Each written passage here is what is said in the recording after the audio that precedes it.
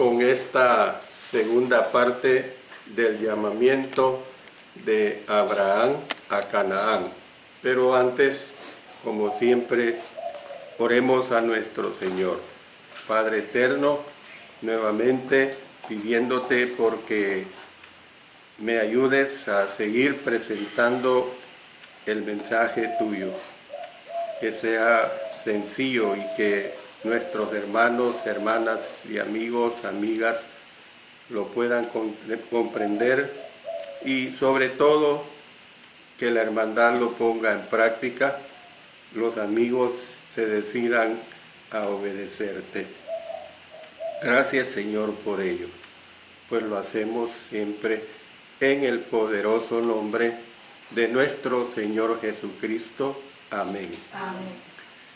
En este capítulo 12 de Génesis, donde estamos hablando del llamamiento que Dios le hizo a Abraham a Canaán, continuamos con los versículos 14 y 15. Y aconteció que cuando entró Abraham en Egipto, los egipcios vieron que la mujer era hermosa en gran manera. También la vieron los príncipes de Faraón y la alabaron delante de él. Y fue llevada la mujer a casa de Faraón. Cuando Abraham entró en Egipto, tal como había temido, los egipcios vieron que Sara era hermosa en gran manera. Fíjese bien que no dice simplemente que era hermosa, le da el calificativo de en gran manera.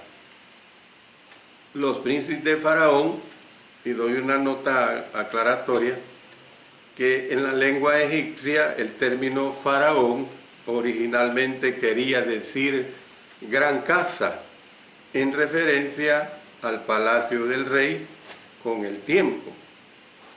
Es decir, que con el tiempo llegó a usarse como un título para el rey mismo, la palabra faraón, o sea, esa palabra que su significado es gran casa.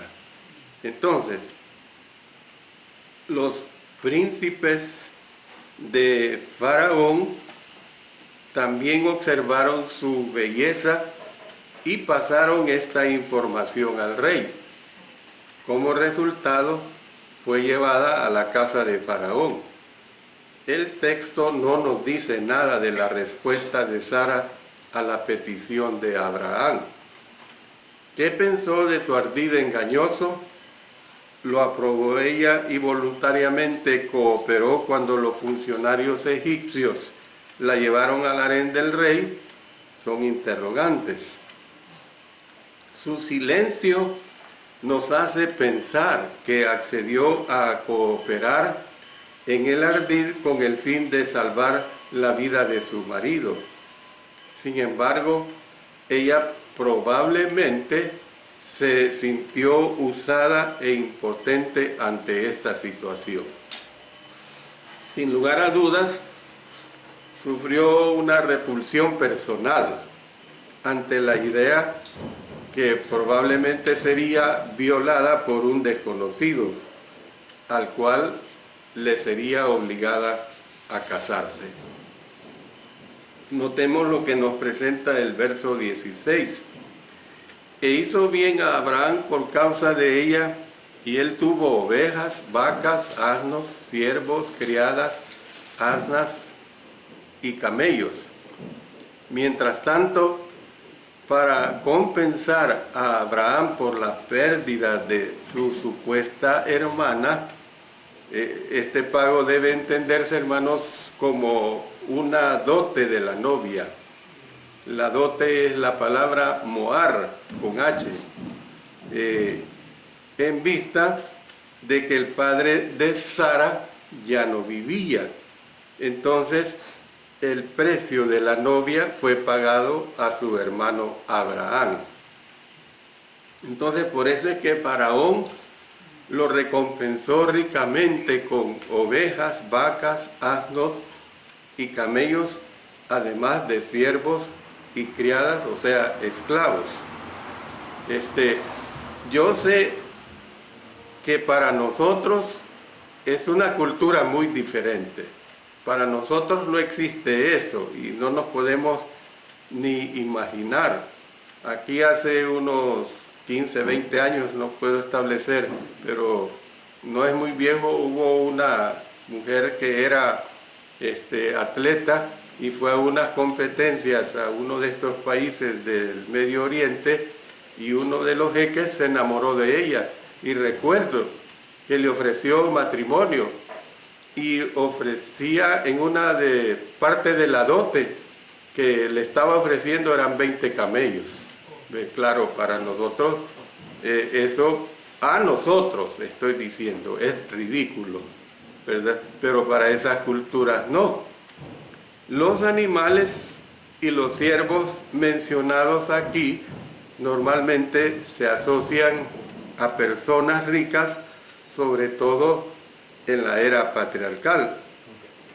En este primer periodo de la historia, el factor determinante de la riqueza de una persona no era el dinero en un banco, ni las inversiones en acciones y bonos. La riqueza estaba principalmente en los cascos de los animales, pues. Es decir, la riqueza se contaba por el número de animales que se poseían y el número de esclavos que se tenían para cuidar y proteger el ganado. Aquí también en nuestra cultura eso sí encaja, porque antes, ahora tal vez ya no, pero yo cuando fui un adolescente y un joven, todavía en mis 40 años, hablar de un ganadero era decir en una persona rica, una persona con dinero. Entonces, sobre esta base, Abraham se estaba convirtiendo en un hombre muy rico, lo mismo que Lot, que tuvo que haber estado con Abraham en Egipto, a pesar de que este relato no lo menciona. En el siguiente capítulo veremos y podemos ver que los rebaños y las manadas de estos dos hombres eran tan grandes que surgieron conflictos entre sus pastores por suficientes tierras de pastoreo para todos los animales. Si no había agua y pasto suficiente para los animales y los siervos de Abraham para sobrevivir en Canaán durante la hambruna, ¿cómo es que habrían sobrevivido y multiplicado los rebaños, las vacas y las personas de su sobrino sin acompañarlo a Egipto? Entonces, si Abraham tuvo que dejar Canaán e ir a Egipto por culpa de la hambruna, parece razonable suponer que Lot y todas las personas con él, junto con sus animales, también tuvieron que acompañarlo para encontrar comida y agua allí. La mención de camellos como parte del regalo de Faraón a Abraham se ha considerado como algo anacrónico, o sea, por decir en otras palabras, un desacuerdo, pues, por algunos estudiosos de la Biblia, porque estos animales no eran de uso común en el mundo antiguo hasta la última parte del segundo milenio antes de Cristo. Sin embargo, ahora hay cierta evidencia de camellos domesticados ya para el año 2700 antes de Cristo en Irán, en el Valle del Indo, alrededor del 2300 antes de Cristo, y en el sur de Arabia para alrededores del tercer y segundo milenios antes de Cristo. Además, en la región del Negev, el lado sur de la antigua Canaán, se han descubierto huesos de camellos en contextos humanos en Arad, que se remontan alrededor de 2900 años antes de Cristo, y en Bir Resisin de alrededor de 1900 años antes de Cristo. Esta última fecha no es demasiado tiempo después de los días de Abraham. La escasez de referencias a los camellos en relatos tempranos podía ser porque eran considerados un lujo. Así eran considerados los camellos. Si es así, las primeras referencias a ellos en Génesis podían destacar la riqueza de los patriarcas. Miren lo que vemos, por ejemplo, vamos a leer varias citas. Vámonos a Génesis capítulo 13, ya les digo la cita exacta que quiero que leamos. Vamos a leer en Génesis 24:10.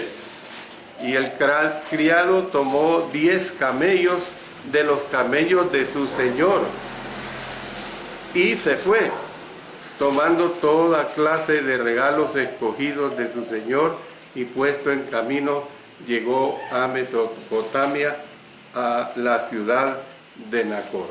Como ustedes pueden ver, eran estos animales eran de suma importancia y tenían un valor enorme. Entonces, ¿qué es lo que vemos? Ahora vamos a entrar a las repercusiones que se dieron de este engaño de Abraham. Y esto lo tenemos en los versos 17 al 20 de este capítulo 12. Mas Jehová hirió a Faraón y a su casa con grandes plagas, por causa de Sarai, mujer de Abraham. Entonces Faraón llamó a Abraham y le dijo: ¿qué es esto que has hecho conmigo? ¿Por qué no me declaraste que era tu mujer? ¿Por qué dijiste es mi hermana, poniéndome en ocasión de tomarla para mí por mujer? Ahora pues, he aquí tu mujer, tómala y vete. Entonces Faraón dio orden a su gente acerca de Abraham, y le acompañaron, y a su mujer con todo lo que tenía. Verso 17. Dice que en este punto del relato, Dios intervino e hirió a Faraón y a su casa con grandes plagas, porque había tomado a Sarai, mujer de Abraham. La Biblia no indica la naturaleza de las plagas, las cuales el Señor usó contra la casa de Faraón. El término hebreo nega, óigase bien, nega, a menudo se refiere a las enfermedades que una persona podía contraer de otra, como una enfermedad de la piel o la lepra, y que esto está plasmado en los capítulos 13 y 14 del libro de Levítico. Ahí se da amplia explicación acerca de la lepra. Sin embargo, las plagas a veces venían como resultado directo de un castigo divino, como sucedió con las de Egipto durante los días de Moisés. Y la lepra, también hay un ejemplo claro que Dios infligió al rey Usías. Leamos en 2 Reyes 15:5. Mas Jehová hirió al rey con lepra, y estuvo leproso hasta el día de su muerte, y habitó en casa separada, y Jotán, hijo del rey, tenía el cargo del palacio, gobernando al pueblo. Entonces, Faraón creía evidentemente que estas plagas eran de un Dios que lo estaba maldiciendo porque había tomado la mujer de Abraham. En vista de que Faraón creía que él mismo era un Dios, porque esa era la creencia de ellos, no habría respondido a Abraham y Sara con consideración, a menos que estuviera convencido de que un Dios poderoso lo estaba castigando a causa de ellos. o sea, un Dios con minúscula me refiero. En esto tenía razón, porque Dios había prometido a Abraham: a los que te maldijeren, maldeciré. Al menos en este contexto, el faraón no tenía una relación correcta con Abraham, habiendo tomado a su mujer. Por lo tanto, sufriría las maldiciones divinas, o sea, las plagas que le fueron enviadas. Los versículos 18 y 19. Entonces Faraón llamó a Abraham y le dijo: ¿qué es esto que has hecho conmigo? ¿Por qué no me declaraste que era tu mujer? ¿Por qué dijiste, es mi hermana, poniéndome en ocasión de tomarla para mí por mujer? Ahora, pues, he aquí tu mujer, tómala y vete. Si bien no se dan los detalles, el rey de alguna manera llegó a la conclusión de que el Dios de Abraham fue el responsable de las plagas que habían caído sobre su casa, porque lo que dice el verso 17, retrocediendo: mas Jehová hirió a Faraón y a su casa con grandes plagas por causa de Sarai, mujer de Abraham. Por lo tanto, el faraón llamó a Abraham, deseoso de absolverse a sí mismo de la culpa y colocar toda la culpa en el patriarca, le hizo estas tres preguntas. Noten: ¿qué es esto que has hecho conmigo? 2. ¿Por qué no me declaraste que era tu mujer? 3. ¿Por qué dijiste, es mi hermana, poniéndome en ocasión de tomarla para mí por mujer? ¿Trató Abraham de responder a estas preguntas? Si lo hizo, sus respuestas no fueron registradas para nosotros. Sin embargo, hay varias aclaraciones al respecto de esto. Génesis capítulo 20, versos 11 al 13, se registra su respuesta en una situación similar. Noten lo que dice: y Abraham respondió: porque dije para mí, ciertamente no hay temor de Dios en este lugar, y me matarán por causa de mi mujer.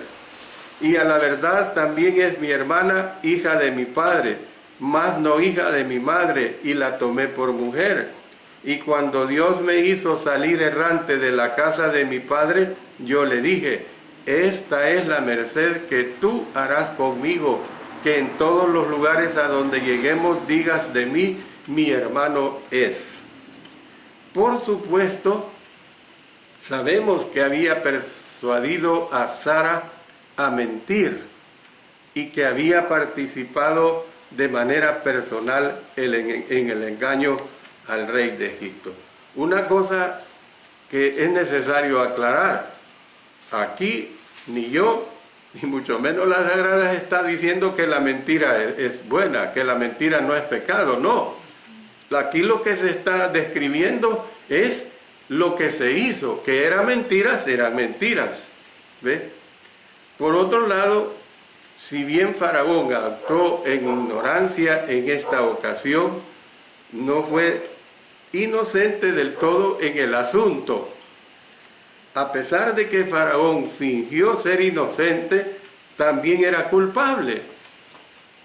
En el mundo antiguo, los deseos de los gobernantes despóticos no debían ser ignorados, y Abraham había actuado temiendo por su vida cuando él mintió. Además, es dudoso que le hubiera beneficiado a Abraham revelar su verdadera relación con Sara. Esto hay que también considerarlo. ¿Qué pasaría, qué hubiera pasado si yo le hubiera dicho la verdad? ¿Iba a ser librado de la muerte? Lo más seguro es que no. Si los relatos de la forma como los egipcios trataban a los extranjeros y a sus mujeres tienen algún fundamento, entonces el patriarca tenía razón legítima para temerle a Faraón. El problema era que la fe de Abraham seguía débil. Aún no podía confiar en que Yahvé impediría que los egipcios frustraran su plan de bendecir a todas las naciones de la tierra por medio de los descendientes del patriarca.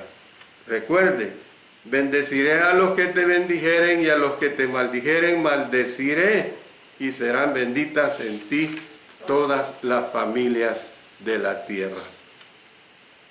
Estoy ya casi por terminar esta segunda parte para que en las próximas lecciones del siguiente día del Señor, que sería 7 de marzo del año 2021, veamos las bellas y hermosas aplicaciones que tendremos de este episodio tan interesante y tan determinante. Óigase bien, tan determinante para nosotros ahora en día, porque a Abraham le dijo, en ti serán bendecidas todas las naciones de la tierra. El Salvador, Centroamérica, toda Europa, toda África, toda Oceanía, todos los países del mundo.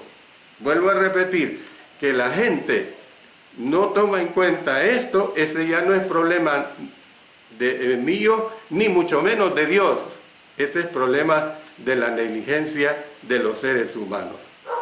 Aun si Abraham hubiese tratado de responder a las preguntas de Faraón, el rey no estaba de humor para escuchar excusas. Al fin eran reyes y eran déspotas. Ya había enriquecido a este extranjero con rebaños, vacas y siervos, y ahora él lo había avergonzado y estaba plagado por su Dios. Dijo secamente a Abraham, ahora pues, he aquí tu mujer, tómala y vete. Faraón no pidió el regreso de los animales ni de los siervos, probablemente por temor a nuevas plagas de parte de Dios. Porque nuestro Dios ha sido siempre omnipotente. Nuestro Dios ha sido siempre, y lo será por los siglos de los siglos, poderoso. Y el versículo 20 dice, entonces Faraón dio orden a su gente acerca de Abraham, y le acompañaron, imagínense, fue hasta escoltado, y a su mujer con todo lo que tenía. En lo que respecta a Faraón, el mejor curso de acción era hacer salir a Abraham de Egipto lo antes posible. Por lo tanto, dio orden a su gente para escoltar al patriarca fuera del país y a su mujer con todo lo que tenía. Las posesiones de Abraham incluían los abundantes presentes que había recibido de Faraón. E hizo bien a Abraham por causa de ella, y él tuvo ovejas, vacas, asnos, siervos, criadas, asnos y camellos, aparte de los con los cuales él había entrado a Egipto. O sea, posteriormente vamos a ver que este hombre era un hombre riquísimo delante de los seres humanos que habían en esa época. Yo termino acá. En las próximas lecciones, si Dios nos los permite, vamos a estar viendo la aplicación que se da a nuestras vidas cristianas, porque esto es lo importante, que estos mensajes que he venido transmitiendo del libro de Génesis son tan trascendentales, porque a nosotros nos dan precisamente las aplicaciones que conciernen a nuestra vida en Cristo Jesús. Que Dios bendiga esta palabra tan bendita, hermanos y hermanas y hermanos, hermanas, amigos, amigas. Saquemos el mejor beneficio, el mejor provecho para nuestro crecimiento espiritual. Oremos. Padre Celestial, gracias por darme la oportunidad de transmitir el mensaje divino, el mensaje que edifica, el mensaje que da la honra y la gloria exclusivamente a ti y que a nosotros nos hace continuar creciendo en esa gracia, en ese conocimiento. Señor Dios Todopoderoso, mientras nos des la vida, que escudriñemos tu palabra y que la apliquemos a nuestras vidas. En el nombre de nuestro Señor Jesucristo. Amén. Amén.